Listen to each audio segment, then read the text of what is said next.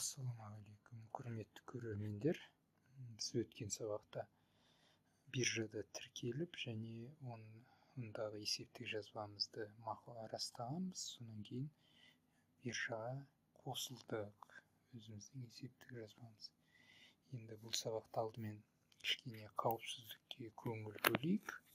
Бізде қазір қауіпсіздікті сақтайтын тек логин мен құпия сөзіміз ғана.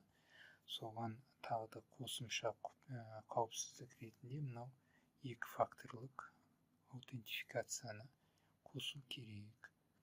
Оны қоспастан бұрын сізге осы қысқаша айтып кетсем, екі факторлық аутентификация дегеніміз ол сіздің мобильдік құрылғыңызға бір қосымша орнатылады. Ол қосымша әрбір 30 секунд сайын жаңа код генерациялап беріп отырады.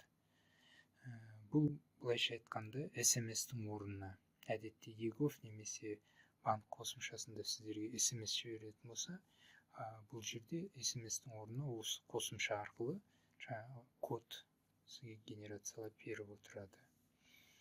Сондай бағдарламалар көп.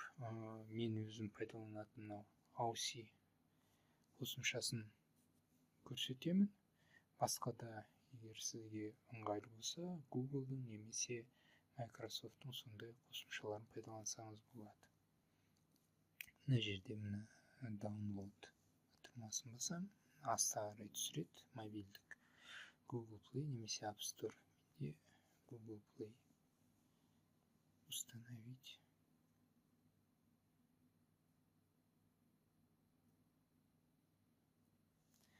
Ашам. Осы жерде алдымен енді тіркелу керек. Мына жерде Қазақстан. Өзіңіздің телефон номеріңізді енгізуіңіз керек. Сонан кейін мына agree and continue батырмасын басу керек. Телефон номерін енгізіп,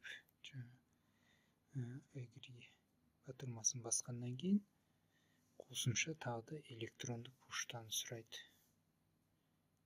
Мен өзімнің электрондық поштамды енгіздім. Электрондық поштаға 6 саннан тұратын код жіберілді.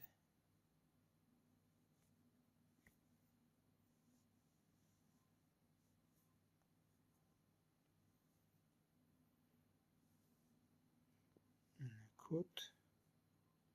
Соны алып жаңа қайта ашып едім. Осында қою керек.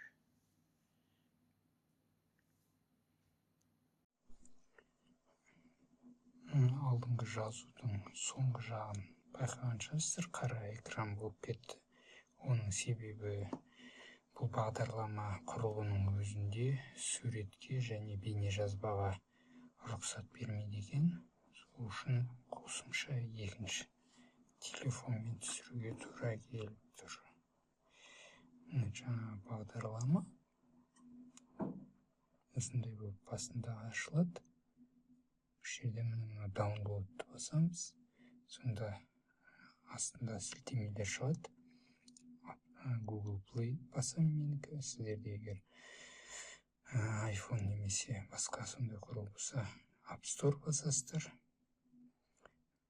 Мына жерде установить деген тұру керек. Менде енді әрине қойылып қойған, сол үшін бірден открыть басам.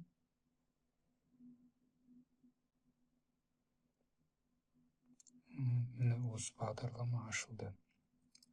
Енді осында біз өзіміздің ATX-тағы есептік жазбамызды тіркеуіміз керек.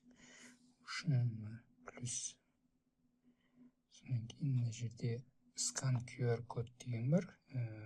Ол өзіңіз бір құрылғымен жұмыс істеп отырсаңыз, QR кодпен алу ыңғайсыздау болуы мүмкін. Сол үшін enter код manual етіп басасыз. Енді жаңа ATX сайтына ораламыз.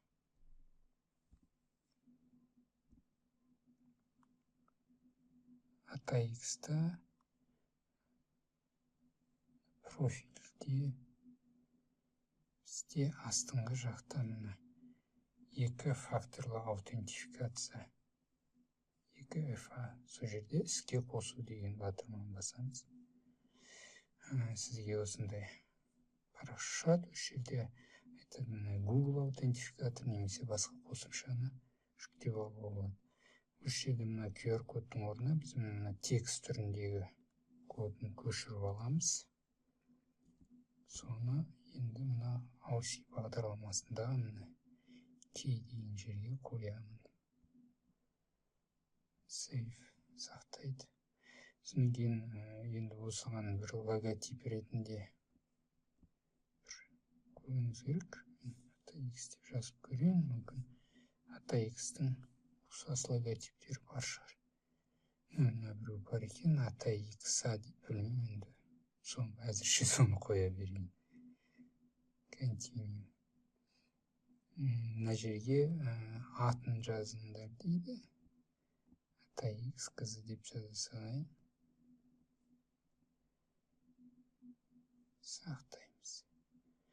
Мына жерде енді бэкап бір жерге сақтап қой дейді. Енді әзірше керек жоқ. Skip деп баса салайын. Міне қарап отырсақ, 6 саннан тұратын кодты ол генерациялап беріп отырады. Қарасаңыз, әрбір 30 секунд сайын ол жаңарып отырады. Осыны әзірше мысалы 20 секунд бар. Сондай көбірек уақыт бар кезде көшіріп алып, мына жаққа қою керек. Соны қойғаннан кейін бірден есептік жазбадан шығып кетеді.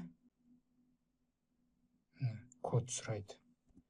Осылай жаңадан әр қосылған сайын мына жерден осы бағдарламадан 6 саннан тұратын кодты алып мына жерге енгізіп отыруларыңыз керек болады.